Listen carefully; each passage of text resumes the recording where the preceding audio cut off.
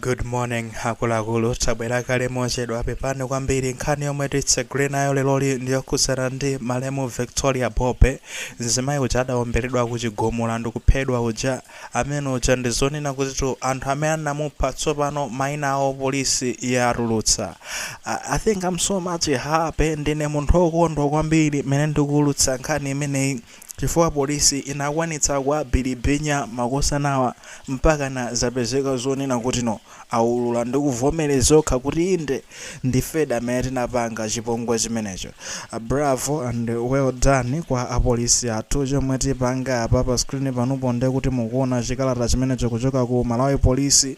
Tipange zuno kuti tichiwerenge bwinobwino zimene chochofanda chili madetail onse kuti magayi wani ndani.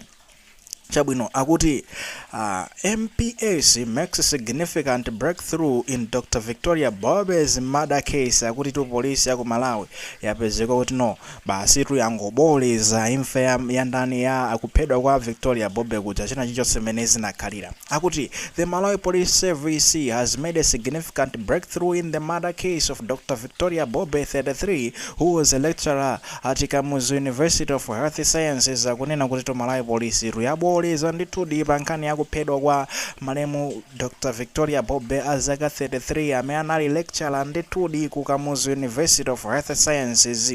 Dr. Bobbe was fatally shot by non-criminals on November 17, 2025 at around 23 hours at her residence in Chigumula Township, Blantyre, where a MacBook Pro 11 laptop, an iPad 10th generation and an NBS POS machine were storing. Akunena kuti tu Dr. Victoria Bobbe amene wawo anaomberedwa ndithu mosakhala bwino muja ndi zigawenga zomwe sizimadziwika pa 17 November 2025 ndipo nthawi imeneyo inkakwana ndithu chama 23 hours 11 koloko ya madzulo ija. Kumene kuti kunali kunyumba kwawo ku Chigumula Township komwe ndi ku Blantyre, ndipo kumene wako ataombera siziro zinali zokhazo kunapezeka zonena kuti MacBook Pro ka laptop kameneko 11 kanapezeka kuti nono kabedwa, ka iPadiso ka 10th generation kanabedwa, POS machine chopangira withdraw ndalama china chake cha NBS chinapezeka kuti chatani chabedwaso. The breakthrough follows a detailed confession of 6 suspects who were arrested in connection with the crime. The individuals in custody who provided explicit accounts of their role are wakazabwina kunena kuti kuboleza kumene kuti sopano kwa polisi aboleza tu pamene magayi amene wawa anaita kutsimikiza okha oita kupanga confess ndithu anthu amene ndi 6 amene akuganizidwa amenewa, ndipo anamangidwa chifukwa cha mlandu umenewu. Anthu amene wawa muchitokosi ndizonena kuti tu afotokoza bwinobwino mmene zinayendera. I think anabilibinya mmenemo kuafinya basi atagwiragwira apezeka kuti yayi basi afotokoza bwinobwino mmene zinayendera ntchito yawo zimene anachita kuti they are raw in the death of ndekuti malemu Victoria Bobbe aja. Ndipo anthu waru number 1 ndi Rafael Msaranyama Mano amene yotundu wa zaka 35, ndipo iyeyo ndi ex-police and former intelligence officer from Gaza province, Mozambique. Akunena kuti tu iyeyo kuteko ndochoka ku Mozambique, analowa polisi kumeneko, analinso wa intelligence kumenekoko. Amene si njira masewera imene pamene paja pamene panachokera intelligence paja penepa kuti tikafika nthawi yanje tikabola pa tikapanga chani. Amene yuyu anali katakwa, anali expert, amagwira ntchito ku Mozambique ku Gaza province amene iri wa zaka 35. Ndikuchoka pamenepo pali Isa Ali wa zaka 47, uyu tikuti 35 sorry. Uyu Isa Ali ndi wa zaka 47 of Machemba Village TA Jalasi Mangochi District kumangochi komuzozoti mukumasunga soti zigandanga tinatake tochokera kumeneko. Akunena tuchoncho kunena kuti yeye ndi wa zaka 47 ndipo ngochokera ku Machemba kumeneko kumangochi. Santos Chamamba wa zaka 54 of akuti Biritinho Village TA Ndamira Nsanje District resident of Ntopo awando windwa kwa Ntopo Santos uyu wa zaka 54 amene. ndekuti kubwerano Maxwell Elia wa zaka 52 of Chimombo Village tiye Chimombo Nsanje District resident of Goliath mamumva ameneyo ndithu kuchoka kunsanje kwawo kwa Chimombo kwamene kuti Maxwell Elia koma amakhala ndekuti kwa Goliath uko mamaonena kuti nowakhale chani kwawo amakhala kwa Goliath. Chelsea Chaka Chikala wa zaka 62 Nkwanda Village TH Galu Blantyre District resident of Songani Zomba uyu ndeye kwa ku Blantyre koma makakhala ku Zomba mwaona kwa Songani uko wa zaka 62 ndithu koma kwawo ndekuti no ndi ku Blantyre apa ndekuti pali Peter Chimeya wa zaka 50 ati Kazembe Village TL Koswe amachoka kwa Kazembe Village TL Koswe Chiradzulu District kumene kosa mulinditi zigawe ngati na target minute wa zaka 50 amene minimum ndimene zilili tizawerenge paragraph yomaliza kuti meanwhile investigations are ongoing to arrest 2 remaining suspects and recover the stolen properties including the rifle believed to be in Mozambique.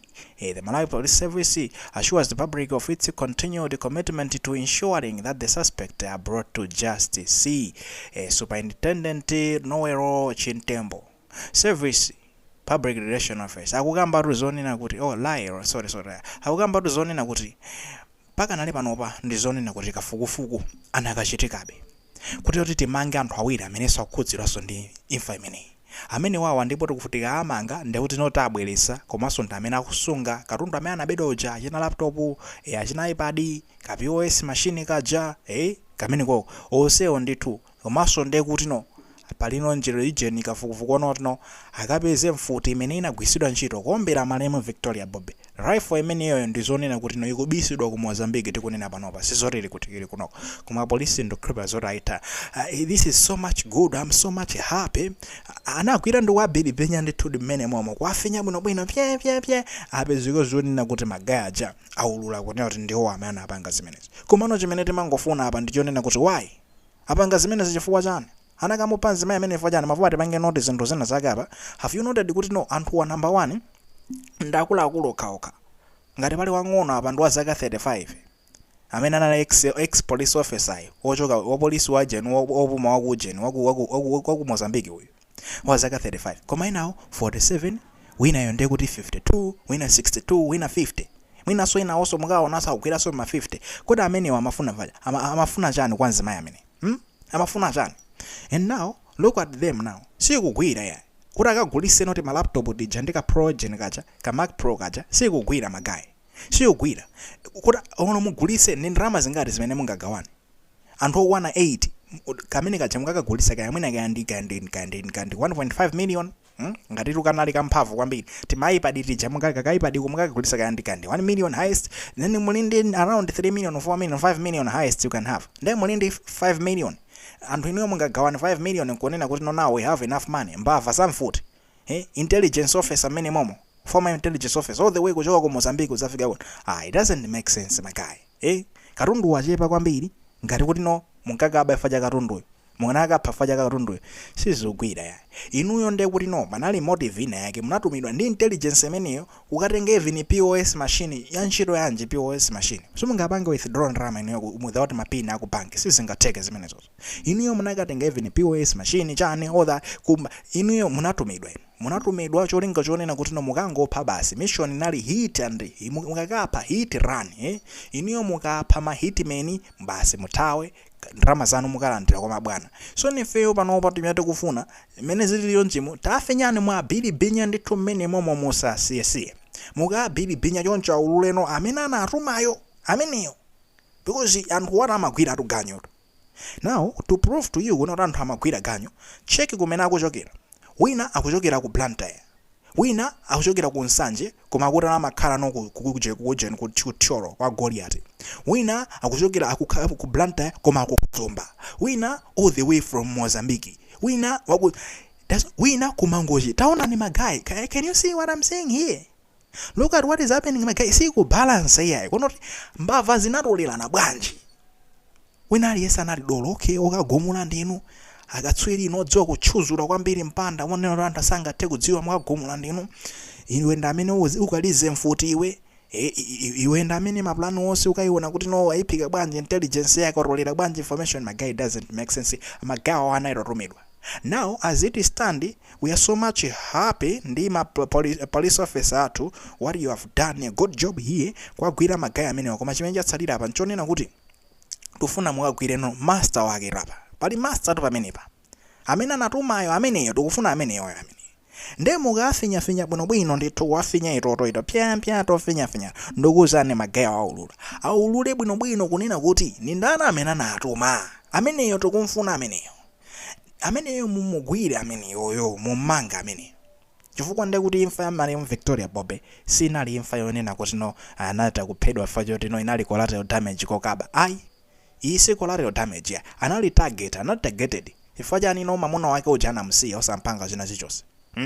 Chifukwa chani mamuna uja anasiya osapangidwa china chichonse. Koma ndeko osamfako kuti kapena mwina maka anamuthyola konkono kapena amukanda apa. Even pa maliro look at him is looking so healthy and sound. Akwani ngati sana pangidwa chipanga fanya anamsiya kungobanga target Victoria Bobe. So it was a targeted thing anatuma. Ife tikufuna zonena kuti mene mukumenyera chonche mukuitha kutipula bwino kwambiri apolisi, tikufuna so zende kuti no pamapeto peni mukapeze kuti no marani mwambwandirano weniyo kati ali weniweni amene anapanga zimene zizi amene atumayo anthu wanda anatumidwa. Mukuiona mene kuyonena ine aya ari kuyankhulisa iwe kuyankhula nkhani za ku polisi rakumanga ati iwe yakumanga.